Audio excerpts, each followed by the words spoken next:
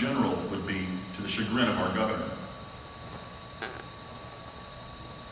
We're all quite busy, and the organization is producing materials to help with the tasks ahead.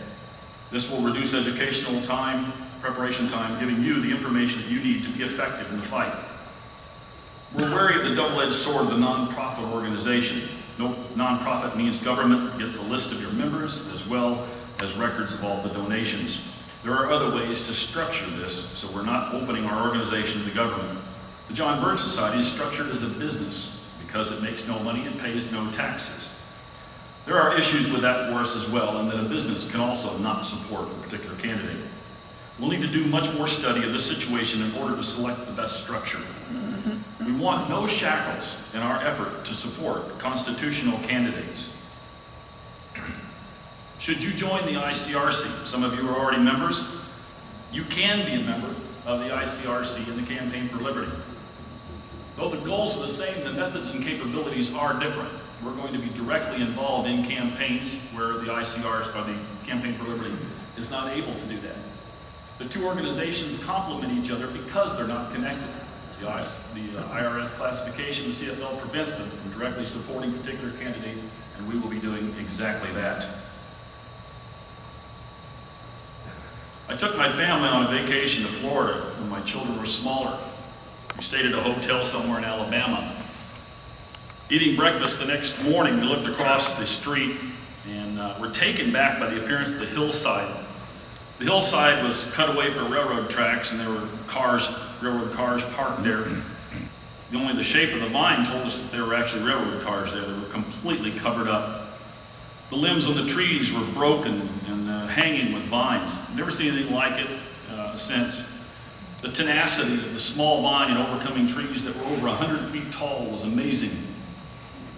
The rail cars were completely useless. I searched the internet looking for a photo that would portray what we saw, and I found this one.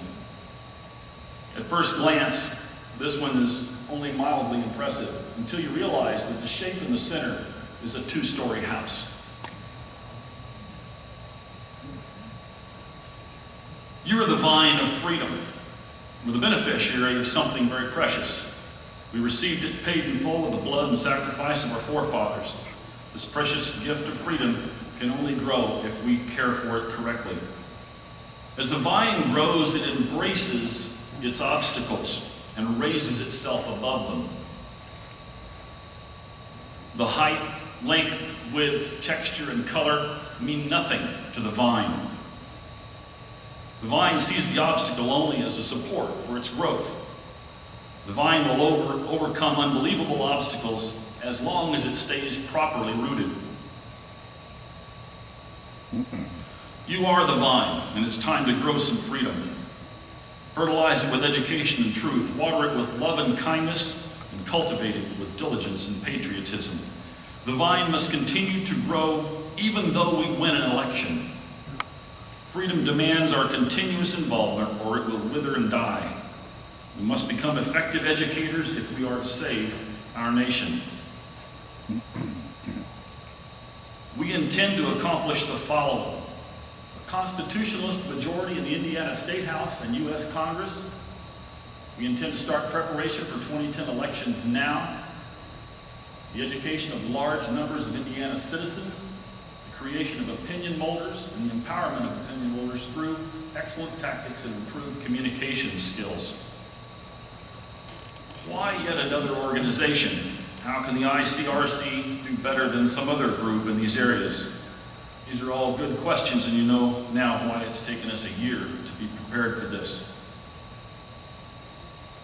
So far, we've covered our primary goal, our relationship with the Campaign of Liberty. Over the next hour or so, we'll get into our outreach program, tactics, education, presentation of bylaws, and